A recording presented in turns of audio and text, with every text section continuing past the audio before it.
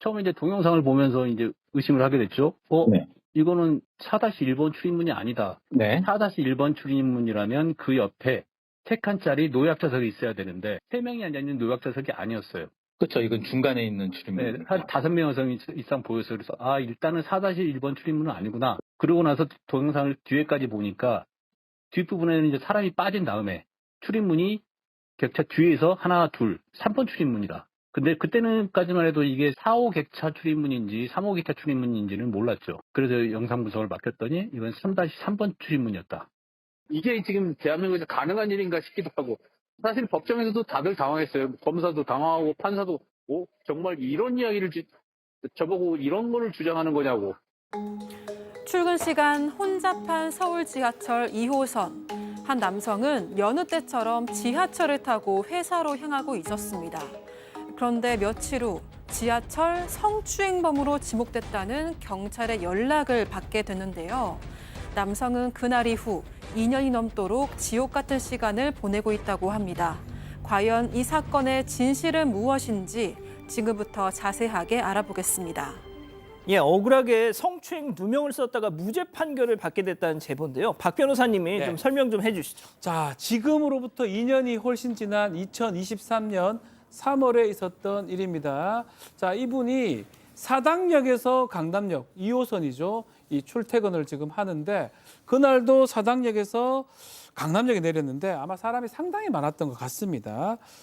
그 며칠 뒤에 전화를 받았어요. 경찰이라고 하면서 지하철 2호선 객실 안에서 어떤 여성의 성추행을 했는데 그 성추행 내용이 뭐냐면 여성 신체 부위를 3회 정도 움켜쥐는 성추행을 했다라고 경찰이라고 밝힌 사람이 얘기를 했다고 합니다.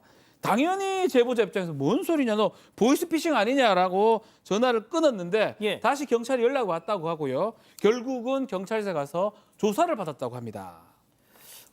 보이스피싱인 줄 알았다는 겁니다. 너무 황당하니까. 자, 그런데 도대체 무슨 이유로 이 제보자분을 성추행범으로 지목을 한 걸까요? 네, 경찰의 수사 보고서 내용에 주목해야 되는데요. CCTV 영상을 분석한 결과가 있었습니다.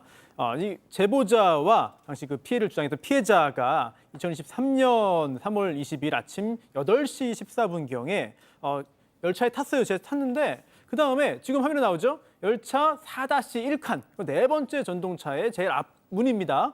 여기에서 같이 탔고요. 4호차량에 같이 타고 있다가 제보자는 강남역에서 내리고 그리고 또 한 정거장 더 가서 피해자는 역삼역에서 내렸는데요. 내린 문도 같다는 거예요. 그런데 이렇게 4호 차량에서 발생한 사건이고 또 내린 문도 동일하기 때문에 이 경찰이 이 피해자가 이야기한 범인의 인상착의를 듣고 10명 정도를 추려가지고 보여주면서 누구인지 고르라고 했습니다. 이게 피의자 이제 식별 절차를 거친 거죠. 그 중에서 이 피해자가 이 제보자를 딱 범인으로 지목을 한 겁니다. 그런데 너무 억울하니까 이 제보자가 변호사를 선임해서 변호인이 있습니다. 그런데 처음에 이 보고서를 딱 본 변호사가 아니 피해자의 진술이 일관되고 또 같은 위치에서 있었다가 또 한 정거장 차로 내렸기 때문에 이 정도면 유죄 판결 가능성 상당히 높겠는데 라고 심지어 변호인도 그렇게 생각을 했던 거죠.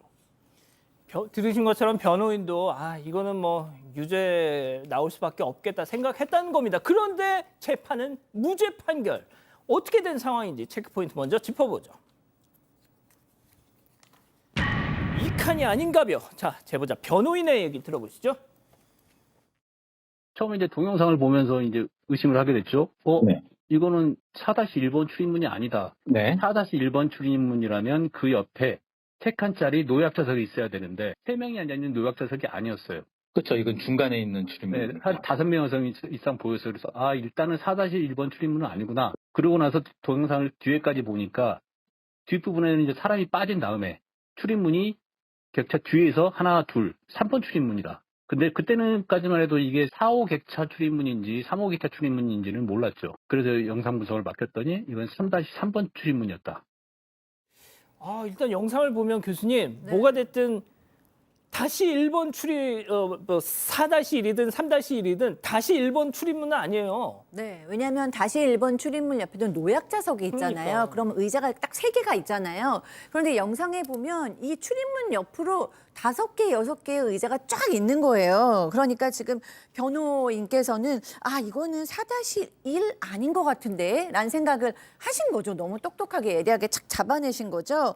그래서 나중에는 이렇게 그럼 이게 몇 문인가라고는 정확하게 영상으로는 알 수가 없어서 영상 분석을 맡기게 되었다고 합니다.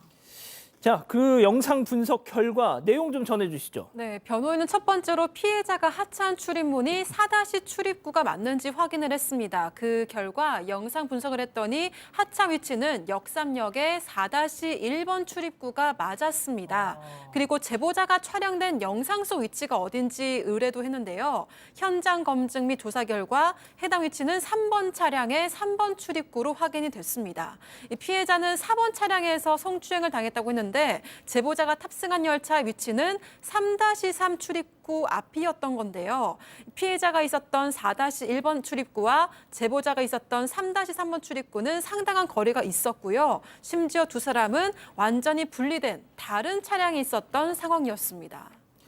박 변호사님 어떻게 이게 가능하죠? 더 놀라운 거는 이제 법정에서 더 놀라운 일들이 일어납니다. 어떤 일이요? 사건 당시에 이제 피해자가 흰색 마스크를 끼고 있고 흰 생머리를 하면서 회색 가디건에 하얀색 어두운색 하의를 입고 있었다. 지금 저렇게 마스크 써 있네. 얘기를 하고 있고요.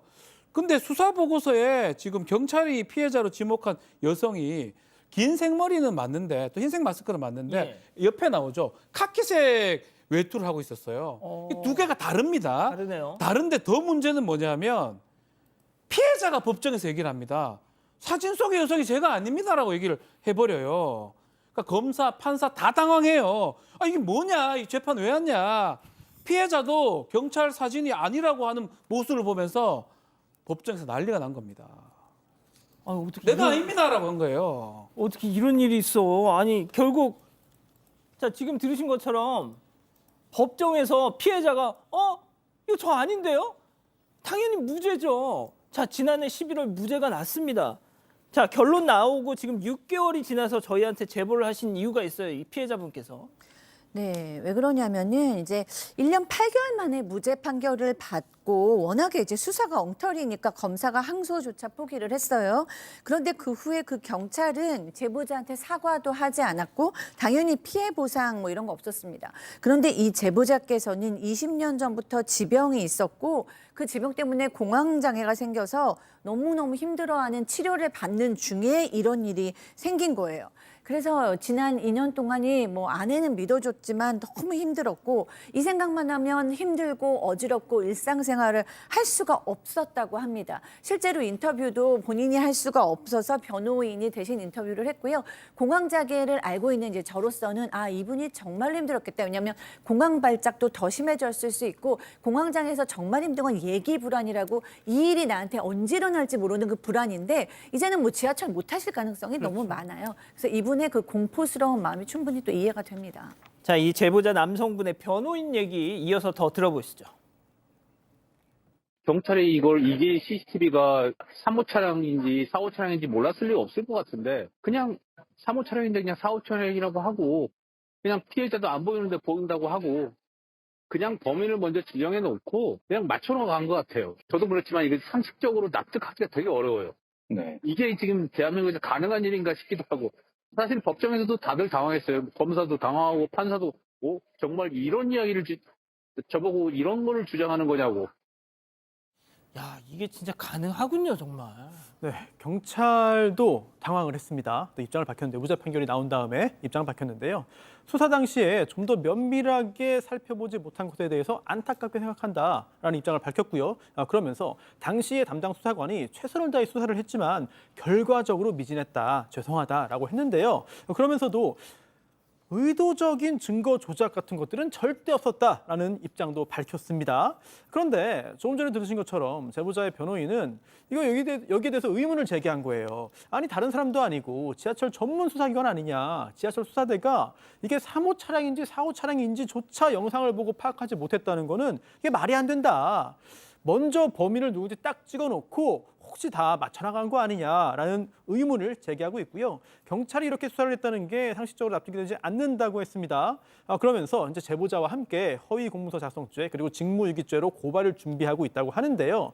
애초에 재판에서 이런 것들이 나왔으면은 무죄 판결은 당연하고 기소된 것도 사실은 약간 좀 의문스러워요. 도대체 어떻게 수사가 됐길래 기소가 됐을까? 그리고 또 경찰에서 검찰로 어떻게 넘겼을까? 등등까지 잘 따져봐야 될 것 같고요. 또 하나 중요한 게 이게 경찰의 입장대로 좀 약간 실수를 한 거냐 또는 일을 할 때 능력이 약간 모자랐던 것이냐와 일부러 의도적으로 증거를 조작하거나 범인으로 몰아간 거냐 이게 굉장히 법적으로 차이가 크거든요. 그래서 앞으로 어떤 최종적인 결과가 나올지 모르겠습니다만 실수냐 고의냐 여부에 따라서 상당히 큰 부분이 달라질 가능성이 있습니다.